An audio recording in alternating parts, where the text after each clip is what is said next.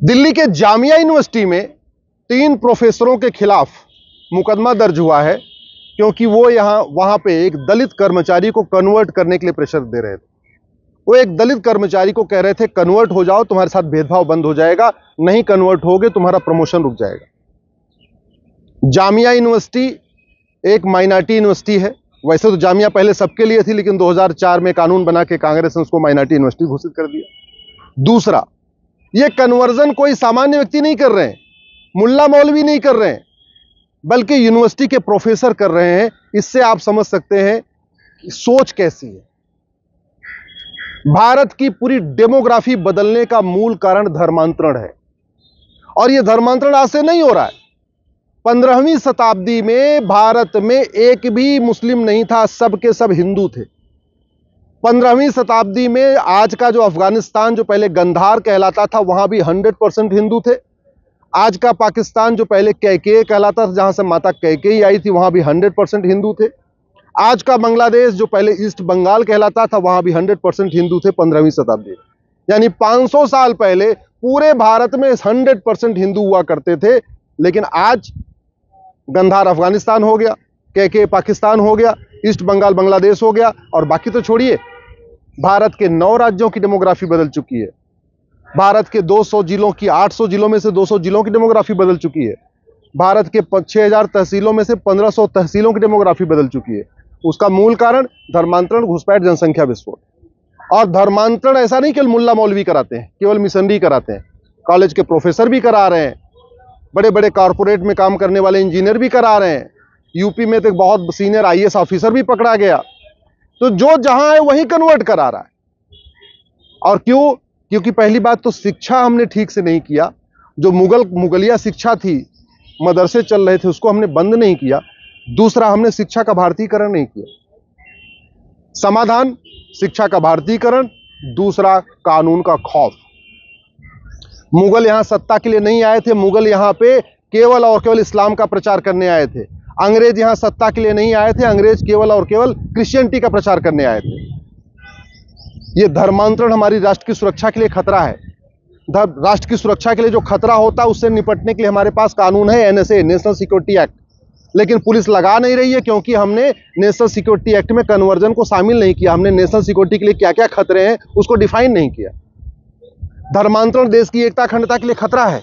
जिन 9 राज्यों में हिंदू खत्म हो चुके हैं, 1500 तहसीलों में खत्म हो चुके हैं, 9 राज्यों में 200 जिलों में खत्म हो चुके हैं, वहां एकता अखंडता खत्म हो चुकी है, भाईचारा खत्म हो चुका है, संविधान काम नहीं करता, लोकतंत्र वहां खत्म हो चुका है।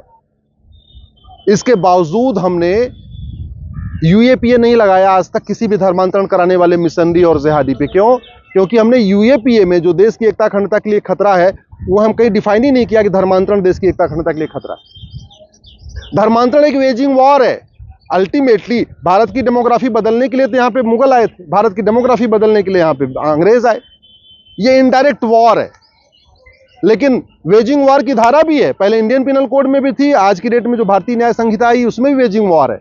लेकिन वेजिंग वॉर क्या होता है, वेजिंग वॉर किसको माना जाएगा, धर्मांतरण वेजिंग वॉर है कि नहीं है, ये हमने उसमें डिफाइन नहीं किया। इसलिए पूरे देश में कोई भी पुलिस वेजिंग वॉर की धारा नहीं लगा रही कन्वर्जन कराने वाले मिशनरी और जिहादियों को। धर्मांतरण एक ऑर्गेनाइज क्राइम है, कई लोग मिलकर करते हैं, संगठित अपराध है। कोई उनको लिटरेचर देता है, कोई उनको डायरेक्शन देता है, कोई उनको पैसा देता है, सब कुछ अलग अलग करते हैं। इसके बाद भी हम गैंगस एक्ट नहीं लगा रहे, गुजकोका नहीं लगा रहे, मकोका नहीं लगा रहे। सबसे बड़ा देशद्रोह है धर्मांतरण।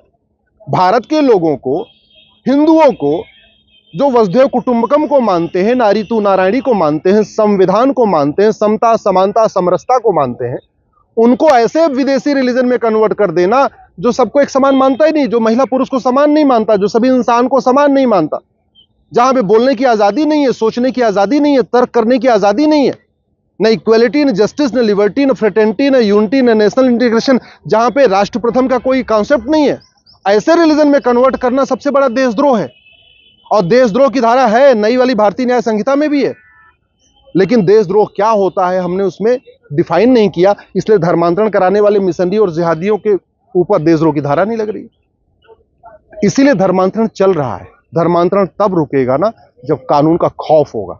धर्मांतरण तब रुकेगा जब धर्मांतरण कराने वाले मिशनरियों, जिहादियों और उनके मददगारों की 100% संपत्ति जब्त होगी।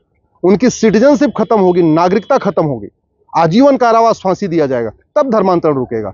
तू मैं करने से धर्मांतरण नहीं रुकेगा, नूरा कुश्ती करने से धर्मांतरण नहीं रुकेगा, बतौलेबाजी से धर्मांतरण नहीं रुकेगा।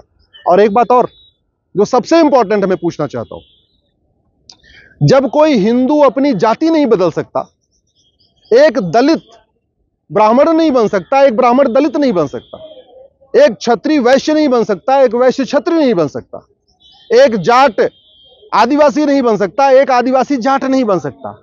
जब हिंदुओं में अपनी जाति बदलने का प्रावधान नहीं है और संविधान भी जाति नहीं बदलने देता है, तो फिर वही हिंदू अपना धर्म कैसे बदल लेता है? कैसे बदल सकता है?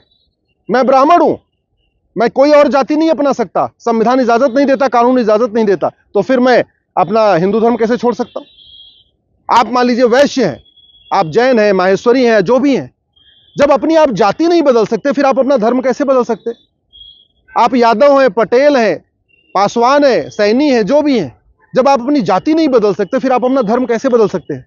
इस पे बहुत गंभीरता के साथ चर्चा होने की जरूरत है। तो जैसे जाति बदलना अपराध है, फर्जी डॉक्यूमेंट बनवाना अपराध है, वैसे ही धर्म बदलने, धर्मांतरण भी गंभीर अपराध घोषित होना चाहिए। धर्मांतरण कराने वाले मिशनरियों, जिहादियों पे एनएसए लगना चाहिए, यूएपीए लगना चाहिए, देशद्रोह की धारा लगना चाहिए, वेजिंग वॉर की धारा लगना चाहिए, गैंगस्टर एक्ट लगना चाहिए, 100% संपत्ति जब्त होना चाहिए, इनकी नागरिकता खत्म होनी चाहिए, इनको आजीवन कारावास, फांसी देना चाहिए। यही तरीका है धर्मांतरण रोकने का और यही तरीका है भारत को बचाने का। नहीं अगर हमने बचाया तो एक बात याद रखिएगा, दुर्योधन का ननिहाल गंधार अब आज की डेट में अफगानिस्तान कहलाता है, वहां आतंकवादियों का संगठन तालिबान राज कर रहा है।